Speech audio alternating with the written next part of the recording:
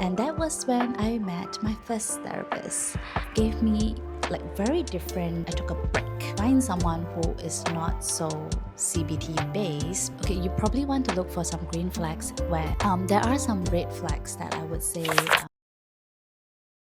Let's first talk about my experience with therapy. The first time I in therapy is when I first started my master's degree in counseling. There wasn't big things happening in my life, but we were encouraged to go for therapy as part of our credit scores. For students, every single credit score matters. So as part of our coursework, we had to go for therapy in a way. And that was when I met my first therapist. She gave me such a good impression of therapy. Now, I know there are some people who have had bad first experience that probably did not help them to continue in finding the right therapist. I'm very grateful that she was really good at what she is doing at the moment. So she was a trainee therapist. If you don't know about the context, is that when we are studying and waiting for our license, we actually have to see real clients in order to get our credit hour to get our license. And this is one of the most important things that you have to seek out when you are engaging for a therapist. I'm going to list that down later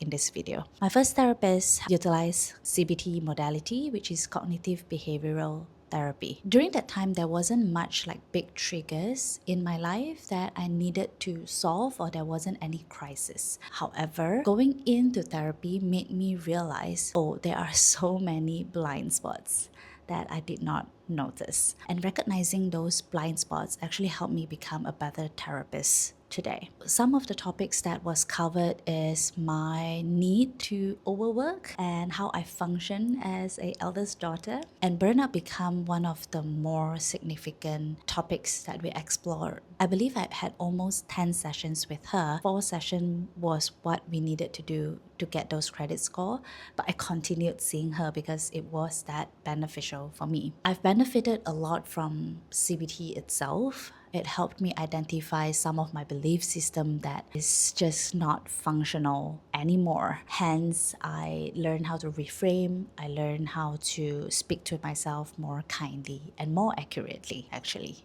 And then fast forward, COVID happened, graduations happened, and I kind of lost contact with my first therapist. I was in a period of time where I needed to find someone who is not so CBT based because I was going through something more existential.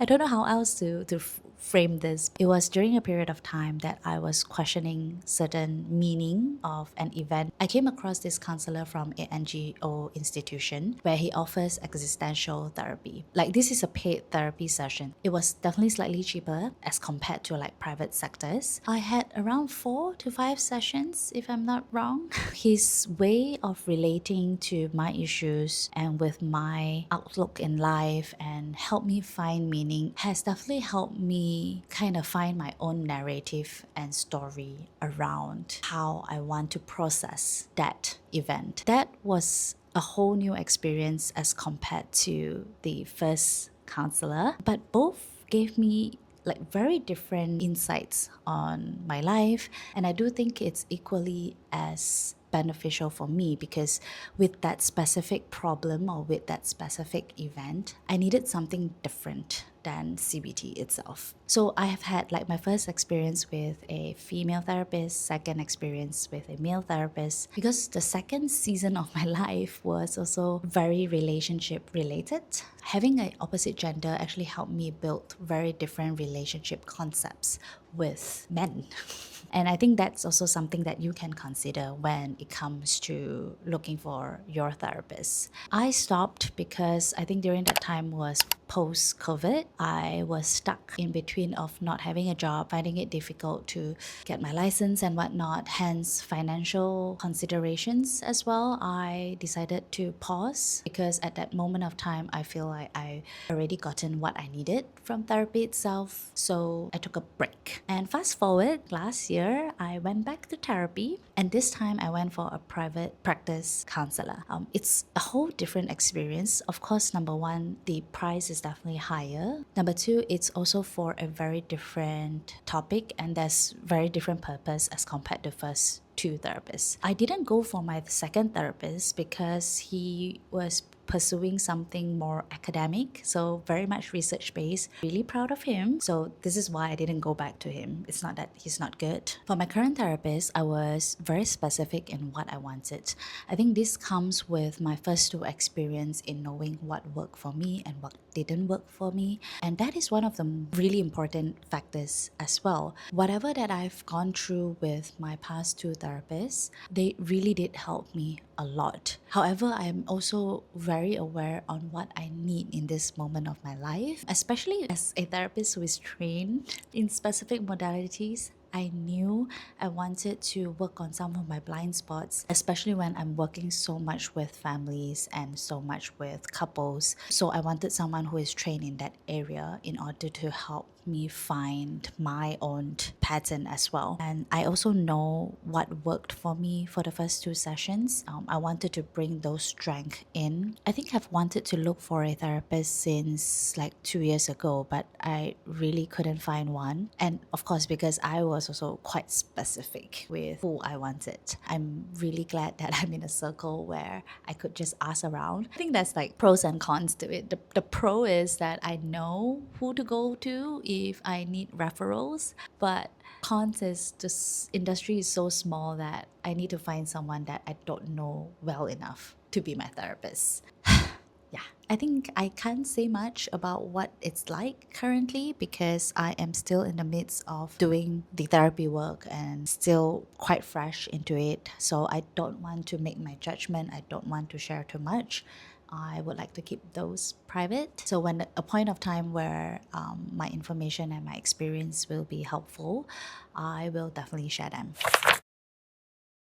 So with that compilation, I noticed that there are a few things that has helped me find the right fit of therapist. And I hope these questions will help you find the right one for you as well. The first question you need to ask is my therapist or counselor registered and licensed? Different countries, there will be different requirements. You can go online and search like what are some of the information that you need to know about your therapist to know that they are licensed. For me, I am a licensed counselor here in Malaysia. So we have this like registration code and also our licensing code that you can actually search up on a specific website. Those are some of the important things because there will be some bad apples in the industry that are not licensed or their license are expired and they did not renew them.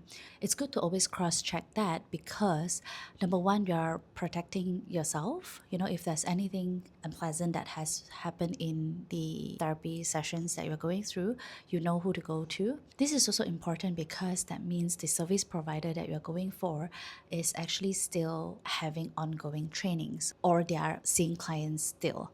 Because one of the requirements that is needed to renew our license is we have to collect CPD points in order to renew our license. And we also have to have our logbook logging in our therapy sessions to prove that we are still actively seeing clients. It's also very good to actually ask what modality they use.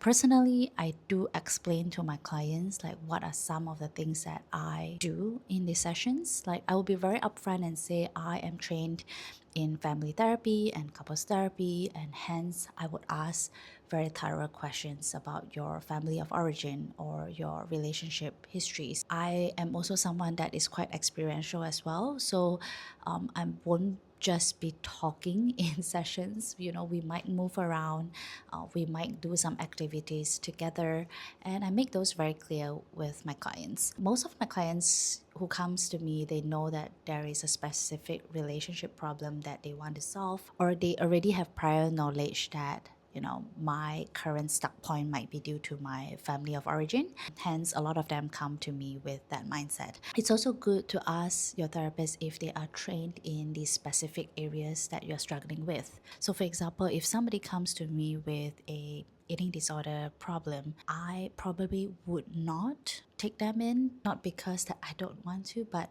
I know that I don't have enough trainings to help this client work through the issue. So it's so important to find a therapist that would refer you out. That is actually a really good sign, because that means they know that is an area that they can't help you, and ethically they should be referring you to someone. I think one thing that we don't talk enough is also finance. You also want to check in with your therapist on their charges.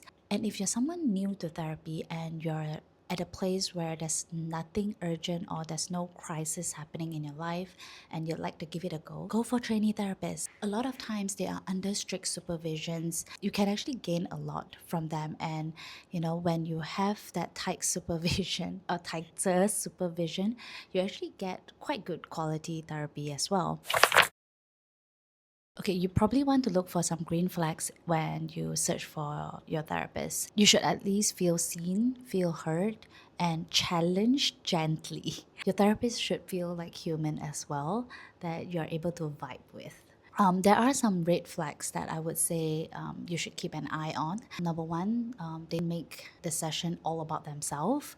For example, there's too much personal sharing or there's just too much lecturing. Number two, they give you direct, unsolicited life advice. Number three, some sessions are definitely going to feel harder. You won't get out of every sessions feeling like, oof, this is like the best session ever. There will be hard sessions, and sometimes you feel like you're not moving forward. But the least you should feel is you feel like you're judged after the session. And if you do, please bring it up in sessions. These are important things to talk about in sessions as well. So your journey definitely won't look like mine, because everyone is different, and that is the whole point of therapy. Therapy isn't about finding the perfect human. It's about finding the right tool for that season of your life. It's okay to switch therapists. It's okay to take breaks in between therapy sessions. But the biggest flex is to start, and I know starting is the hardest. So yeah, I hope this video helped, especially if you're debating whether to start therapy or not. Let me tell you, as a client, my biggest flex is that I always have therapy to go back to. And now that I've found one that I feel very comfortable with, I am very, very grateful for that. And I also could tell that I'm a little bit more courageous in facing life problems and facing life itself, knowing that I have a good support that I can reach out to. And also let me know if you have any good experience and how did you find your therapist. Share them, because I think all of us could benefit from it as well.